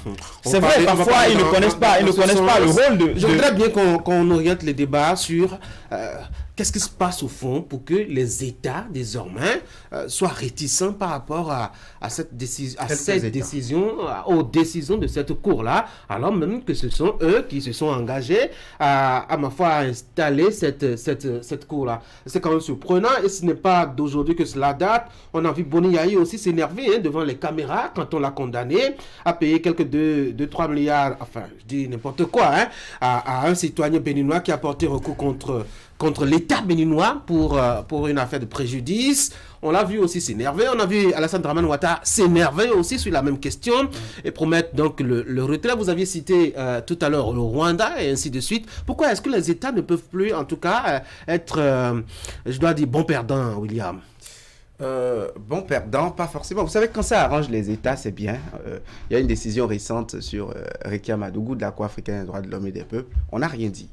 Absolument rien. Absolument rien dit. C'est ce qui me dérange. Vous savez, un État de droit, toutes les fois qu'il y a droit, se met en branle, est content. Mais quand ça va dans un certain sens, ça ne dit rien. Vous savez, le ministre Kenom, aujourd'hui, n'est plus ministre de la Justice. Saka Lafia, aujourd'hui, n'est plus ministre de l'Intérieur. C'est pour dire quoi? Un État, ce n'est pas des hommes. Oui. Ce n'est pas parce que, pour un moment, on est dans une fonction qu'il faut faire certaines choses. Vous voyez, aujourd'hui, les chefs d'État qui remettent en cause ces institutions, vous avez cité Boni Yahi. Boni Yahi n'est plus chef d'État aujourd'hui. Et si aujourd'hui, sous Patrice Talon, le Bénin n'est pas prêt à respecter, Patrice Talon partira, l'État du Bénin va demeurer et cette réputation sera entachée. Alors que par le passé, nous savons comment nous sommes bons élèves en matière de respect des droits de l'homme. Oui, Franck? Non, moi je pense qu'il faut condamner à la fois les États qui vont souscrire à ces institutions, qui vont adhérer et qui après s'énervent du fait qu'on a rendu telle ou telle décision. Un État, c'est du sérieux. Un État, c'est... on réfléchit, on fait beaucoup de choses. Lorsque vous prenez le Bénin, tous les autres pays qui se sont énervés par la suite de comment ça fonctionne et qui ne les arrangeait pas, moi je pense qu'il y a un problème à régler d'abord au niveau des États. Ensuite, au niveau de l'institution elle-même, je me dis qu'à l'interne, il doit avoir un petit souci pour que les États, chemin faisant, estime qu'il n'y a pas ce qui se fait là-bas. Le droit n'est toujours pas dit. Et c'est d'ailleurs cela qui fait que nous avons, les institutions aujourd'hui ne pèsent pas. Lorsque vous prenez même l'Union africaine, vous prenez d'autres institutions régionales ou sous-régionales. Est-ce que c'est parce que les décisions ici de ces institutions, ma foi, sont entachées, entre griffes, ou ne sont pas partagées, que ces institutions sont fragiles, ou bien c'est parce que justement les hommes qui sont là-bas, les États, ne veulent pas prendre au sérieux les décisions qui sont prises là-bas. Oui, en adhérant peut-être à ces institutions, les États pensent peut-être retrouver une certaine protection, veulent retrouver un certain confort. Et dès que ce confort-là n'est pas offert, eh bien, ils s'alarment et ils commencent pas à crier. Moi, je pense que l'État se sente moins protégé face à un citoyen qui remporte une décision. Normalement. Konaïd. L'objectif pour les États, en ratifiant les traités, en ratifiant les conventions internationales de protection des droits de l'homme, c'est d'assurer une sécurité juridique pour le citoyen. C'est d'assurer la mise en œuvre des droits fondamentaux de façon holistique. Même pas au détriment aussi de l'État. Parfois, on a l'impression que l'État est... Non, en fait, cette question de souverainisme, il faut laisser ça. Il faut laisser ça. Dès lors qu'un État décide de s'engager... Dès lors que l'État décide... tous ensemble, on ne nous entend pas. Dès lors que l'État décide de prendre un engagement, dit... à partir d'aujourd'hui, j'accepte la compétence de la Cour africaine des droits de l'homme et des peuples. Vous pouvez rendre des décisions sur les violations des droits de l'homme qui interviennent dans mon État. À partir de ce moment-là, l'État doit pouvoir se soumettre aux décisions. Et malheureusement, aujourd'hui, le problème que nous avons, et c'est un problème qui est général au droit international, le droit international n'est pas dedans. Nous n'avons pas une police internationale pour faire le militaire derrière les États, pour respecter les États. Le droit international est fait de bonne foi, c'est-à-dire les États respectent de bonne foi les engagements qu'ils prennent, et c'est ça qui fait défaut. La bonne foi, c'est cela qui fait défaut aujourd'hui. Les États prennent les engagements mais ne veulent pas respecter ces engagements-là. Oui, Eric, on va finir sur le sujet. C'est aussi simple que ça. Je serais très content. Dans quelle partie du monde où ça se passe comme ça, où des États ayant ratifié des accords, même à l'échelle internationale, les Américains sous Trump, ils ont quitté l'accord de Paris, et ça s'est passé. Ce ne sont pas des comportements encouragés, ce sont des violations du droit international. Ça s'est passé ou pas? Ça s'est passé. Mais au moins ils ont quitté. Ils ne sont pas restés sans respecter les décisions. J'ai la parole. Sous lui, il a quitté l'accord de Paris. Ça s'est passé. C'est un fait. Biden est venu, il est revenu, il a ramené l'accord de Paris. Ça s'est fait. Donc ce n'est pas aussi simple que ça. La souveraineté, on ne va pas laisser ça. C'est une question assez importante. C'est fondamental. Et chaque État, si on est d'accord qu'il nous faut revoir ces préoccupations des questions de droits de l'homme, on ne peut pas non plus dénier à l'État le droit de décider, le droit de prendre des décisions. Après, question de l'État. Question l'État dans sa construction, de prendre des décisions. Alors, si le Bénin estime que, après avoir fait le bilan de notre participation, c'est à quoi la date d'aujourd'hui, ça n'arrange pas, mais c'est ton État. Après, on peut faire des critiques. En attendant, avant de retirer les décisions, on peut faire des critiques, motiver, voir la décision, est-ce que c'est sûr, est-ce que c'est ça, mais ça reste une décision d'un État. Allez, au nom du principe de souveraineté, on a refusé à l'État de se retirer, le droit de choisir. D'ailleurs, lorsque le Bénin a retiré la déclaration de compétences, nous avons saisi la Cour africaine et la Cour a dit qu'il est du droit de l'État de décider de se retirer. Maintenant, après, on va faire le débat sur le respect ou non, la conformité ou non de ce retrait aux droits fondamentaux. Et la Cour a dit que véritablement, le fait de retirer, qui, bien qu'étant du ressort de l'État, constitue une restriction du droit au recours effectif. Et de violation en violation, on n'est pas au bout du tunnel. En tout cas, les gars, merci beaucoup d'être passés. On va dire un mot sur les guépards. Oui, sur les guépards. Je voudrais bien remercier déjà Konaïd. Je ne sais pas s'il est intéressé par les questions sport. Je fais attendre à Ali Moumouni pour contribuer aux analyses. Konaïd, ça vous intéresse le foot? Ah oui, je suis béninois et quand les guépards font des exploits, je suis d'accord. C'est un exploit pour vous? Mais c'est un exploit, oui.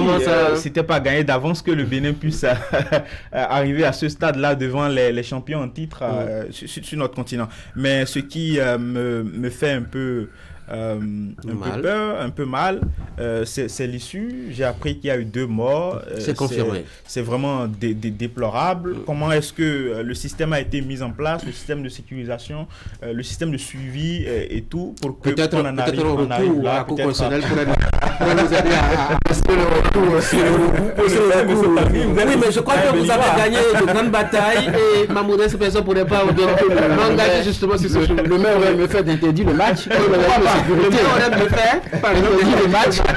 Question de sécurité. Allez, merci beaucoup Konaïd. On va permettre à Ali de s'installer pendant que nous on débat déjà. Alors je donne la parole à qui, oui, Franck? Oui, moi j'ai été très pessimiste, disons, à l'orée de cette rencontre, avant cette rencontre, mais aujourd'hui je suis fier des guépards. Et quand ils font bon, il faut dire qu'ils font bon.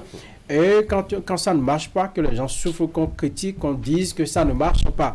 Alors, sur la question des incidents qu'on a enregistrés... D'abord le résultat. D'accord. Oui, le résultat du match. 1-1 face au Sénégal. C'est un espoir pour vous aussi? Oui, c'est bon. Ça peut aller, William? Je ne m'attendais pas à mieux. Honnêtement, pour une fois, je félicite les guépards. Vous me décevez là, Eric? Sauvez-moi. Non. Je pense qu'on pouvait mieux faire. Ou bien, merci d'être de mon avis aussi. De mon côté, je pense que les Béninois auraient pu quand même faire quelque chose. Ali Moumouni, on a beau être champion à un titre, on a beau s'appeler le Sénégal, on a beau être même un lion de la Teranga ou de n'importe où, si vous voulez. Mais quand on vient à Cotonou, on doit respecter quand même les grands guépards que nous sommes devenus après avoir été écureuils, parce qu'on a connu des Fennecs par ici. Et pendant que nous étions écureuils, nous avons giflé quand même les Fennecs à Cotonou. Ali, on ne peut pas se contenter de match nul là. Oui, justement, pendant que nous étions écureuils, on a réussi à gifler les Fennecs, comme vous l'avez dit. Loin, bien sûr, des Noirs. Voilà. de coco ou de noix, oui, de palmier. Donc je crois que pour cette rencontre, les Guépards auraient pu mieux faire face à cette formation sénégalaise où on commence, où Aliou Cissé aligne un effectif, un 11 entrant. Des cadeaux qu'il a laissés sur le banc. Je dirais approximativement près de 5 cadeaux qui sont restés sur la touche. On a par exemple le défenseur central Kalidou Koulibaly, qui est quand même le capitaine attitré de cette équipe, qui n'a pas joué, qui était Sabali quand même... non plus, Albetis n'est pas aligné. En milieu de terrain, Ganaga était sur le banc, Cheikhou Kouyaté était sur le banc. En attaque, n'en parlons pas. Il y a ces cadeaux que nous connaissons qui évoluent dans des championnats, je dirais, très huppés, qui n'étaient même pas carrément convoqués, parce qu'il fallait essayer avec des jeunes et essayer de les donner. Sadio Mané, c'est Sadio Mané, ça s'arrête à Sadio Mané, justement. Et l'équipe du Sénégal, comme Aliou Cissé se plaît bien entendu de le dire, l'âme de cette formation, c'est Sadio Mané, certes, mais vous avez vu que Sadio Mané, quand vous avez regardé le match combien de fois à l'écran, difficilement on arrivait à voir Sadio Mané, ce qui démontre carrément de la performance en fait de cette équipe. L'entraîneur justement a apprécié cela et se dit satisfait. Lui, dans sa posture, il n'a que ça à dire, ne serait-ce que pour galvaniser son effectif. C'est vrai qu'on peut dire on a allié des joueurs qui ne sont pas titulaires, etc. Mais le Sénégal, c'est quand même, Eric, devenu une école africaine de foot. Oui, le Sénégal reste le Sénégal. Moi, je me préoccupe de mon équipe. Tout à l'heure, quand je disais qu'on pouvait mieux faire, on avait en face de nous une équipe sénégalaise qui n'avait plus forcément besoin d'une victoire, n'est-ce pas, étant déjà qualifiée. Nous, l'enjeu était de taille. Et donc, il nous fallait absolument gagner. Encore que nous sommes à domicile, nous avons l'avantage du public qui s'est vraiment déplacé, ce qui m'a un peu étonné. Et donc, on pouvait surfer, n'est-ce pas, sur ces aspects et mettre le paquet. Et quand vous regardez dans le fond du match, il nous a manqué beaucoup d'adresse, beaucoup de précision. On aurait pu être plus décisif sur certains choix. Après, un nul ne nous avantage pas. Pour avoir échangé avec Ali, je comprends que nous ne sommes pas encore au bout de nos peines. Il nous faut encore gagner un second match. Peut-être qu'on peut mettre cela sur le dos de la jeunesse de l'équipe mobilisée par Genot Rohar. Allez, il y a Ulrich qui nous suit. Pourquoi vous... Non mais, on a vu un Cessignon, on parlait de jeunesse, on a vu quand même certains anciens joueurs. Qui dit il n'y a pas lieu de se féliciter, cette équipe du Sénégal était à notre portée, nous avons raté beaucoup d'occasions, des passes qui n'étaient pas précises, aucune conservation de ballon, en un mot, nous avons simplement démérité, il est temps qu'on se reprenne vraiment au sérieux. Et surtout, le plan sur lequel on devrait se prendre véritablement au sérieux, c'est le plan de l'organisation de ces grands événements-là. Perdre 2 citoyens sur le coup, et ce n'est pas la première fois, Franck, c'est vraiment déplorable. C'est déplorable. Je ne peux pas sortir de ma maison, aller soutenir une équipe et ne plus jamais revenir. Ce sont des familles qui sont plongées dans le deuil. Et c'est là qu'il faut éviter les histoires d'entrée gratuite et tout ça. Parce que ça va déborder. Si on veut du monde, dans un contexte où c'est serré comme ça et que le prix de l'essence n'a pas... Oui, les gens vont suivre ça à la télé, loin du stade, et tel qu'on l'avait toujours fait. Quand quelque chose est gratuit, vous voyez la ruée, et on n'arrive pas toujours à prendre les dispositions. Sous réserve de voir les circonstances dans lesquelles c'est intervenu. Moi, je dis qu'il faut faire les choses comme on le faisait avant et assurer la sécurité des personnes et des biens. Parce qu'on ne peut pas gagner et perdre des vies. Oui. Ce n'est pas la première fois. On a vu à beaucoup d'autres occasions les mêmes pertes humaines. Je me rappelle cette rencontre face au Togo, à Cotonou. Je me rappelle cette occasion, je dois dire, où Kofi Olomide est intervenu par ici, avec cette série de morts. On a l'impression qu'organiser les grandes choses, c'est pas pour nous. Je pense que vous avez raison, c'est un problème d'organisation. J'ai envie de dire que cette façon d'organiser les choses est à l'image de notre football aussi. On ne prend véritablement pas au sérieux les choses. Je pense que la question n'est pas au niveau de la gratuité.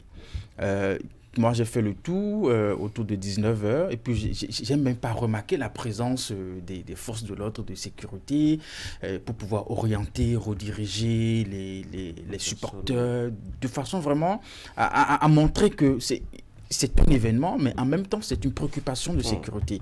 Voyez-vous? Et puis, c'est dommage que, avec tous les acteurs quand même impliqués dans l'organisation d'un tel événement, qu'on arrive à déplorer des pertes en vies humaines. William? Un mot sur la performance. Pour moi, même si on mettait toute l'équipe réserviste du Sénégal sur la pelouse face au Guépard que j'ai connu anciennement Écureuil, je m'attendais. Non, vous n'allez pas nous faire un affront jusqu'à ce niveau. C'est pas un affront, c'est mon opinion par rapport à la question. Maintenant, par rapport à l'organisation, vous savez, vous avez relevé le cas du musicien Kofi Olomide. Donc, ce n'est pas l'apanage des sports. Je pense que on peut reconnaître que jusque-là, nous ne savons pas organiser les grands événements. Ce n'est pas encore un échec. Maintenant, on peut se décider d'aller à l'école de l'organisation de ces grands événements. Ailleurs, c'est payant. Un match de finale de Coupe du Monde au stade Maracana, je ne sais pas combien de monde ça fait, mais je ne sais pas si les gens meurent. Ou peut-être que ça meurt, et peut-être que les gens meurent, et parce que c'est très loin de moi, je n'ai pas l'information. Ce que moi, je voudrais demander, c'est que c'est sûr que c'est une science qui s'apprend et qui s'étudie ailleurs, parce que les gens ont la culture chaque année de mobiliser un monde fou autour du sport autour du football. Donc, qu'on apprenne à le faire pour désormais réduire les cas de perte en vies humaines à l'issue des matchs d'entraînement. Je voudrais nuancer. Non, je pense que la question, je me demande, vous savez, les grands événements, nous en avons connu. Récemment, on nous a organisé un concert au pied de l'Amazone avec des stars pas possibles qui sont venus d'un peu partout. Il y avait un monde fou à ce spectacle. On n'a rien relevé comme un problème de sécurité. C'est le lieu alors, c'est le stade qui pose problème, puisqu'il me semble que les pas malheureux dont on parle. Je ne parle pas du lieu. Désormais, on va jouer au football au pied de l'Amazon. Je conçois que je sais pas, dans un autre secteur, on arrive à mieux s'organiser. Du secteur des arts, des artistes. Il y a les grands événements musicaux que nous avions connus. Il y a eu un autre festival qui a drainé autant du monde. Afidjosé, Wizkid est venu, Davido est venu. On n'a rien dénombré. Parce que, je ne sais pas, est-ce qu'on prend plus au sérieux l'événement quand derrière on a le sentiment... Peut-être que c'est parce que le stade est un lieu fermé avec des constructions en gradin et en escalier. On parlait de bousculade. On parlait de bousculade. Donc, sur une plage, il ne peut pas avoir de bousculade en tant que tel. Alors, enfin, donc, quand on sait que la tête de l'Amazon, par rapport à cet endroit, n'est-ce pas, il y a ces critères, on s'arrange encore pour véritablement faire les choses. Oui. Je crois que le problème s'étend sur plusieurs niveaux. Et quand on commence déjà par parler de cette mauvaise organisation, d'abord on va partir de la gratuité. C'est un problème ça? Oui, c'est un problème. Un problème majeur. Parce qu'aujourd'hui, il faut retenir une chose. Tanguy, vous serez prêt à payer combien pour voir Sadio Mané jouer? Beaucoup de Béninois sont prêts à payer pour voir Sadio Mané jouer. Ça, c'est d'abord le premier point. D'abord, dire la gratuité, c'est-à-dire, certes, on a besoin que le public soit présent, mais je suis sûr que beaucoup de personnes payeront parce qu'on a vu quand Sadio Mané est sorti du tunnel, ce que ça a donné comme boucan, le bruit que ça a fait au niveau du stade de l'Amitié. Donc, du coup, c'est d'abord parti de là, la gratuité. Et on sait combien le Béninois aime trop ce qui est gratuit. Maintenant, Eric l'a bien précisé, il était par rapport à son tour, il n'a pas vu le policier. Certes, le policier y était. D'ailleurs, Eric dit, je pense que les policiers et les sapeurs-pompiers ont assez joué leur rôle et il nous faut revoir le principe d'organisation afin de discipliner davantage les supporters. C'est surtout de ça qu'il s'agit. Parce que quand vous prenez par exemple les gradins, on dit que le stade était à son comble, mais nous on était au niveau de la tribune officielle. Quand vous regardez en face, la tribune, le gradin d'en face, il y avait quand même de l'espace. Les gradins latéraux, il y avait également de l'espace. Même à côté du Sénégalais, il y avait beaucoup d'espace. Certes, il y a des compartiments pour les Sénégalais, mais à côté, il y avait beaucoup d'espace. Mais il y a une entrée qui était quand même beaucoup plus d'assaut. Et c'est quelle entrée? L'entrée principale. Donc, du coup, c'est là il fallait revoir les choses. Est-ce que c'est la faute au supporter qui veut prendre l'entrée principale si on l'informe pas qu'il y a une autre entrée qui l'arrange? Ouvrir d'autres accès. Ouvrir d'autres accès. Encore que sur les billets, parfois c'est même mentionné entrée de E1 à E6. Et je crois que c'est là aussi il faut revoir les choses par rapport au billet. Même l'esprit le plus faible pouvait penser à ça. Même l'esprit le plus faible. Rapidement, Tanguy. Enfin, on pouvait penser à ça. Puisque c'est un événement qui est connu d'avance, on peut créer d'autres accès. Puisqu'on est convaincu qu'un match, ça attire toujours du monde. On n'a pas besoin de faire une formule chimique pour ça. Ailleurs, même à 3 jours déjà, on a déjà une idée du nombre de personnes. Et en fonction de ça, on on communique. En fonction de ça, déjà, on communique sur les enjeux de cette rencontre, le nombre de policiers qu'on a mobilisés pour cette rencontre et surtout sensibiliser les supporters sur comment ils doivent vraiment se comporter au stade. On fait tout ça. Il y a quelques semaines, ce sont des insectes qui ont bouffé la peau des supporters. Il me semble que c'est des produits certains ont été vraiment allergiques. Oui, ils ont été allergiques et tout ça. Aujourd'hui, nous déplorons la perte de 2 citoyens et des blessés, ainsi de suite. Je pense que le stade de l'Amitié doit cesser d'être un lieu craint par les Béninois qui vont pour supporter leur équipe. Il faut assurer la sécurité des personnes et des biens au niveau du stade. D'ailleurs, les travaux qui sont en cours, j'espère que ça va être pris en compte. Je pense qu'on doit commencer par situer les responsabilités des acteurs qui sont sous d'autres cieux, déjà les responsables en charge du football seraient peut-être déjà interpellés. Parce que c'est de leur responsabilité de nous organiser un football, un match nickel, un match sécurisé, un match où on ne va pas enregistrer des morts. Voilà. Quoique les joueurs n'ont pas fait le job. Je trouve que ça devient de plus en plus récurrent et qu'il faut prendre les responsabilités au plus haut niveau de l'État. Nous avons vu des personnalités de la République, des membres du gouvernement au stade pour ce match. Ça veut dire que personne n'est épargné si la situation demeure telle qu'elle. Merci beaucoup les gars. Passez une très bonne journée. Ali, merci. William, merci. Eric, merci. Franck, merci. Et à demain.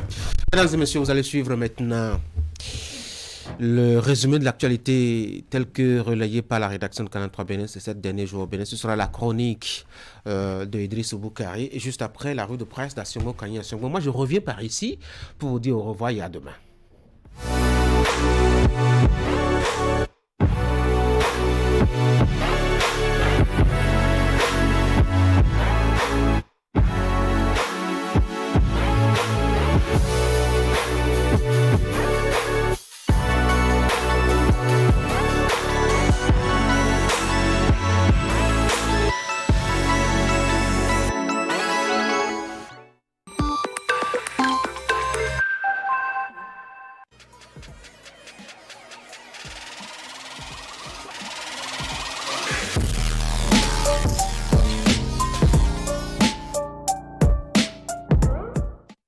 Le point de l'actualité hebdomadaire sur la 3, c'est dans une semaine au Bénin. Mesdames et messieurs, bonjour. Voici l'essentiel à retenir pour le compte de la semaine écoulée.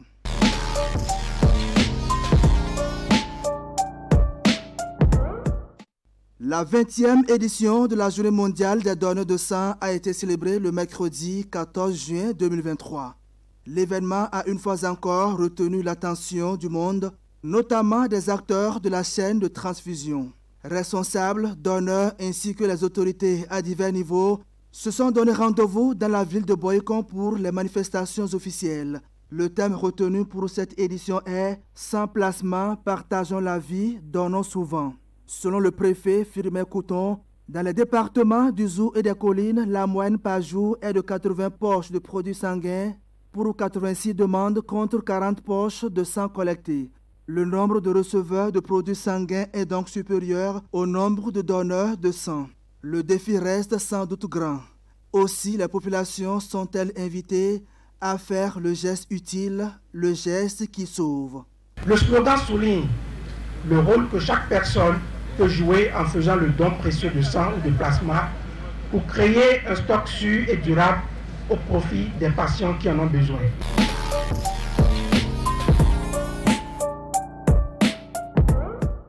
Pendant ce temps, la Maison de la Société civile a lancé jeudi à Cotonou la campagne pour des services sociaux de base de qualité au Bénin. Organisée dans le cadre de la mise en œuvre de la phase 2 du programme Recevabilité de la coopération suisse au Bénin, l'activité s'étend sur 3 mois et vise à œuvrer pour garantir de meilleurs services sociaux de qualité pour le bien-être de la population béninoise. Dénommée Trait d'Union, cette campagne vise à créer un environnement où les acteurs de la société civile, les citoyens et les médias peuvent interagir avec les pouvoirs publics pour offrir de meilleurs services de base aux populations.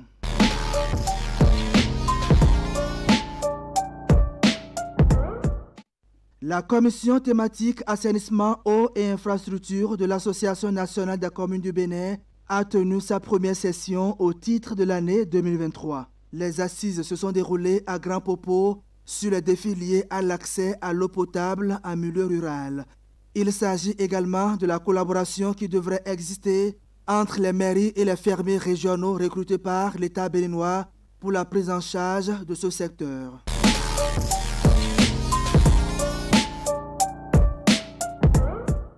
De son côté, le comité de pilotage du programme d'adaptation des villes au changement climatique était en session ordinaire à Cotonou la semaine dernière. Le mardi 13 juin 2023, les membres du comité se sont retrouvés pour faire le bilan de la mise en œuvre du programme démarré depuis le 15 juin 2020 dans les communes bénéficiaires que sont Boycon, Commun, Cotonou et Semepodji.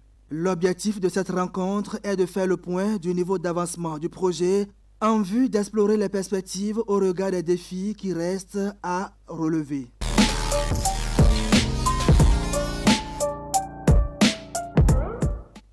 La mise en exploitation du module périmètre 7 portant sur la comptabilité des matières de l'État intégrée au système d'information de gestion des finances publiques a été officiellement lancé vendredi par le secrétaire général du ministère de l'Économie et des Finances.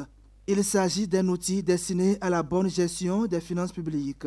Une nouvelle réforme mise en œuvre par le ministère en vue de la dématérialisation de la gestion du patrimoine non financier de l'État. La cérémonie s'est déroulée dans la salle bleue du Palais des Congrès de Cotonou en présence des acteurs concernés à divers niveaux.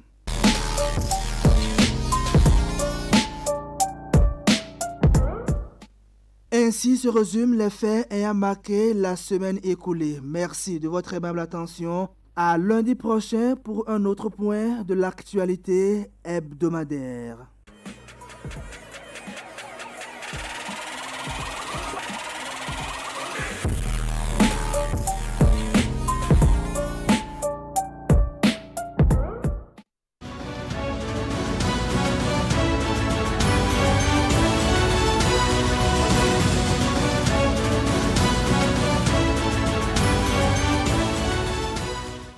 Mesdemoiselles, Mesdames et Messieurs, bonjour. Éliminatoire CAN Côte d'Ivoire 2023, les Guépas accueillaient les Lions de la Teranga. Score 1-1. Un résultat qui fait écrire à Bénin Intelligent sous le titre « Joie et tragédie » que les Guépards ont frôlé le hold-up parfait face aux Lions de la Teranga le samedi 17 juin en accrochant un précieux nul, un but partout au stade général Mathieu Kérékou de Cotonou. Ce résultat enregistré dans le cadre de la 5e journée des éliminatoires CAN Côte d'Ivoire 2023 maintient le Bénin dans la course pour l'obtention du dernier ticket qualificatif du groupe L. Des événements malheureux ont cependant entaché cette performance face aux champions d'Afrique en titre. En parlant d'au moins 2 morts enregistrés, une trentaine de victimes dénombrées, le matin explique qu'à l'entrée W4 du stade général Mathieu Kérékou aux alentours de 19h30, plusieurs personnes, hommes et femmes, se bousculaient pour trouver accès. Les stadiers et les policiers qui assuraient la sécurité de cette entrée n'en pouvaient plus. Le matinal ajoute que selon les indiscrétions des supporters auraient forcé cette entrée pour avoir accès au stade, ce qui a entraîné la chute de certains supporters et même l'évanouissement d'autres puisque la zone était véritablement bondée de monde.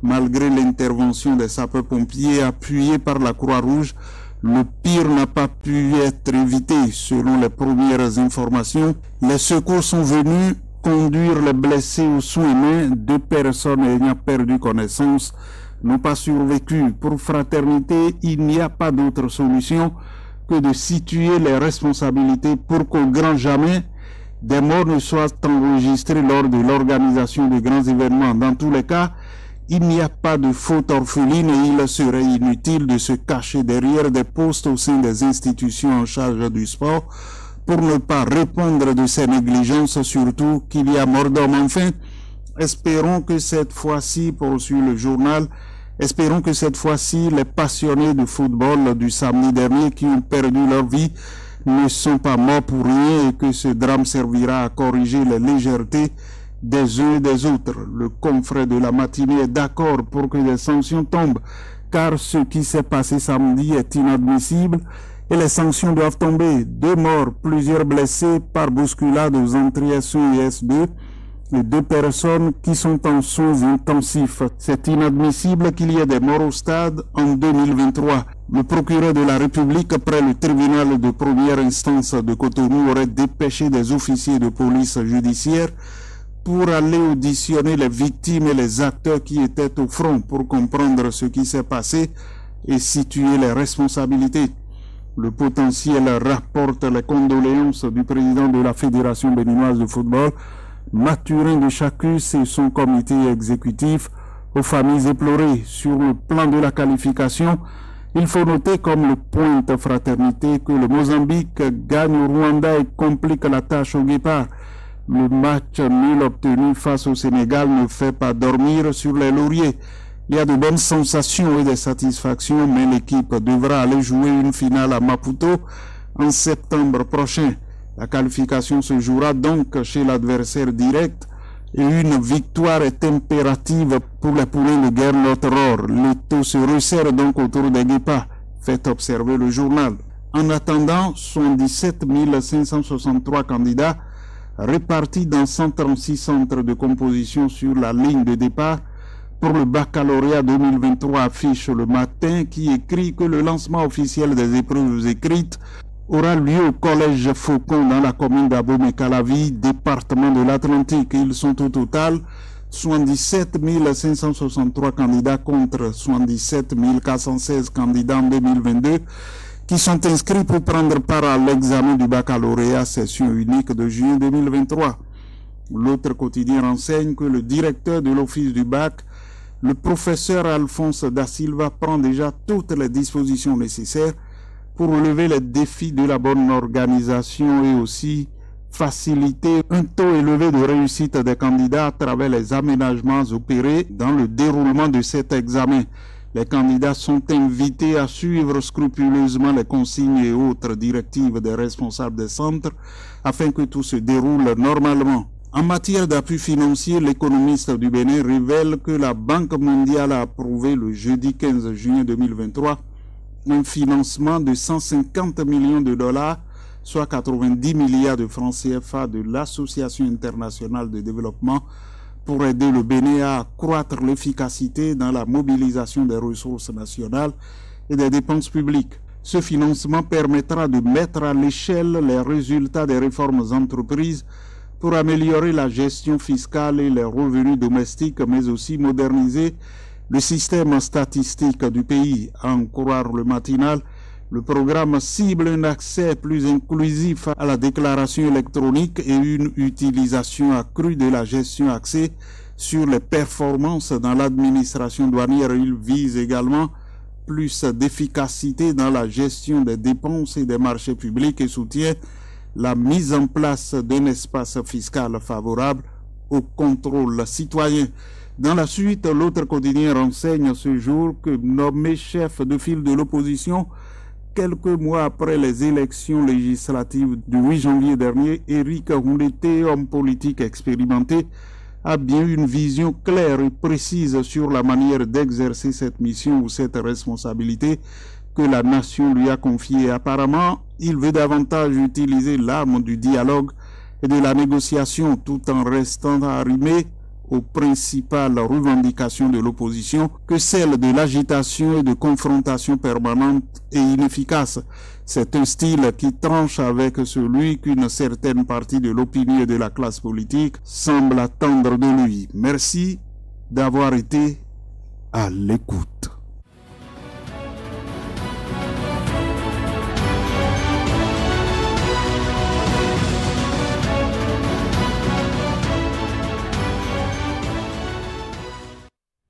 Voilà, c'est donc tout pour Actu Matin de ce lundi 19 juin 2023. Dans l'actualité à retenir, le bac, session de juin 2023 a démarré ce matin dans les grandes éditions sur Canal 3 Bénin de journal télévisé. Vous aurez donc le compte rendu officiel du démarrage donc de cet examen-là. Il y a aussi que aujourd'hui c'est la journée mondiale de lutte contre la drépanocytose.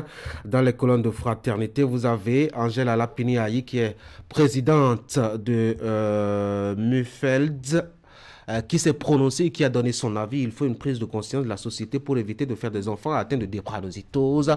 Désormais, on n'est pas totalement libre de choisir son partenaire. Il faut déjà faire le test pour savoir s'il y a compatibilité. En tout cas, achetez Fraternité. Allez à la page 4. Vous avez donc les détails liés justement à cette maladie-là. C'est la fin d'Actu Matin. Bonne journée et à demain.